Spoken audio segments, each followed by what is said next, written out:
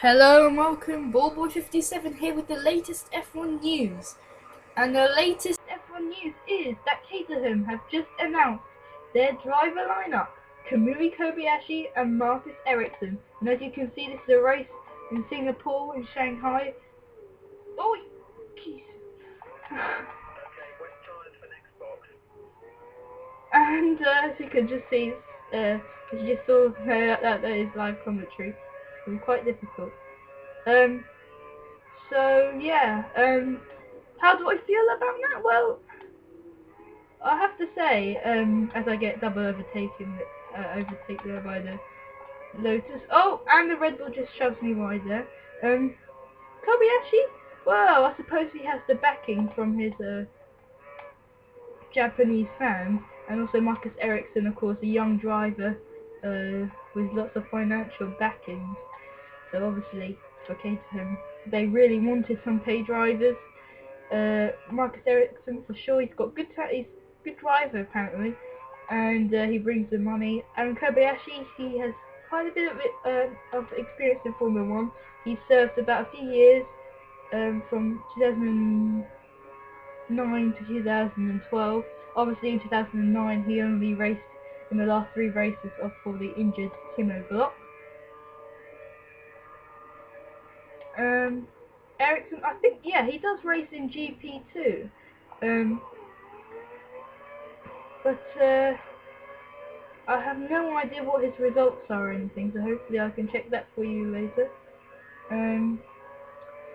But and also Robin, what's his name, Fringe or something like that. He is the test reserve driver along with Alexander Rossi, who we previously who we previously seen in free practice 1 sessions. I think in America. That's the only one that I can remember for him being in it, because he's American. So this is like the first American driver in a Formula 1 car driving on that track that I know of. But how do I feel about these driver lineups? Well, yeah, like I said, money is big for Caterham. They really desperately need the money. If they don't get if they get like for example, if they wanted to choose a driver like David Balsecchi, or someone like that who's a GP2 champion, but he's never got the Formula One drive because he hasn't got enough money.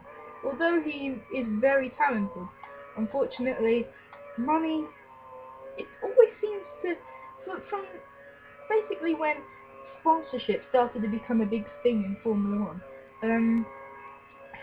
This pay drivers, they started popping up everywhere. The funniest one was Taki Inui, I think his name is, when he was so bad, he crashed in Monaco, he crashed so many races, he was about 10 seconds off the pace. And and he got hit by the safety car, I think, one time. That was quite hilarious. Oh, sorry if I just went off the track there. The message appeared. You might have heard a bit of a beep there. Don't worry, that's not my computer deleting itself. That was a message, some window update. Anyway, so yeah, Ericsson's a bit unsurprising, I guess, but because of the money. But talent. If Caterham were to choose their drivers over talent, I think we wouldn't be seeing Marcus Ericsson there, because I think, well, I haven't really heard his name that much in GP2 or GP3 or whatever GP4, 8, 9, 10 he's in. I don't really know what his results are.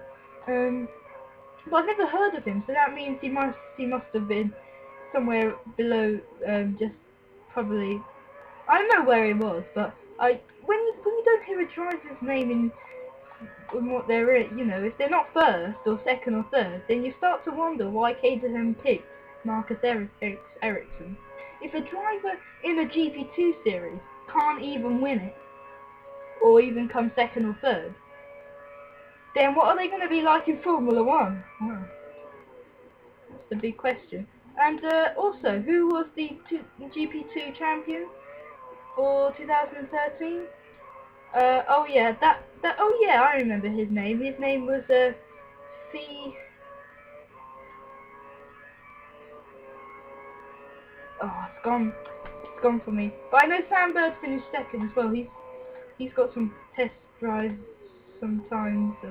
I don't know where he is anyway. But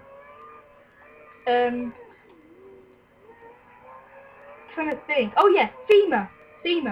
That's his name, I think. Lima or FEMA. I don't know what. Yeah, something like that. He hasn't even been mentioned in Formula 1 yet, and he won the GP2 championship. And Sam Bird does.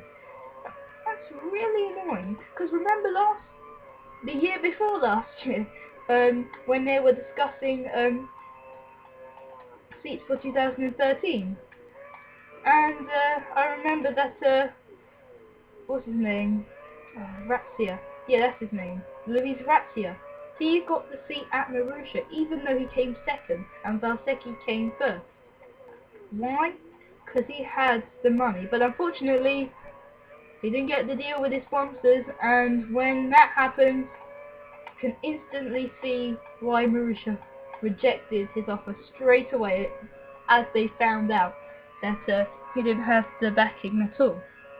Now, I know it's kind of wafted along and mumbled into an area that this video title doesn't actually correspond to, but you have to wonder what Formula 1 is now, and is it the right path?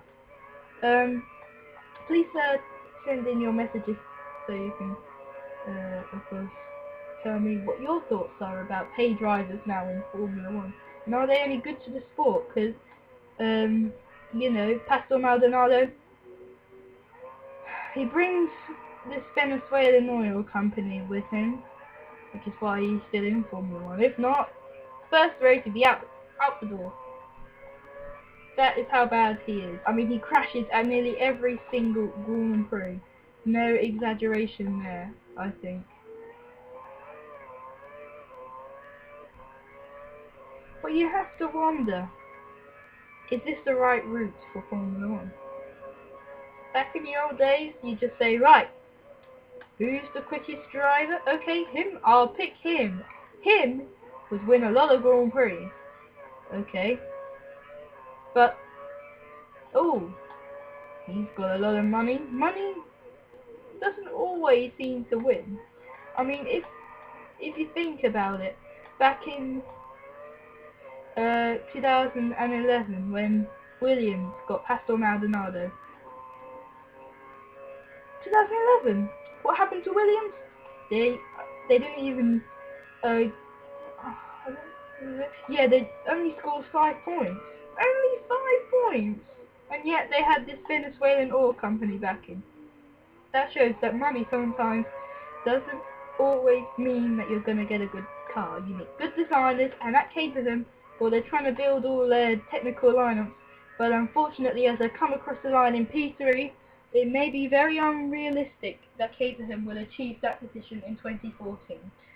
They need to evolve, and at the moment, I guess they are nearly there, because I see they're kind of progressing. Their times are getting slightly faster. But anyway, that's for another video. Thanks for watching. Remember to comment, thumbs up, and if you already haven't, subscribe. Thank you for watching, and goodbye.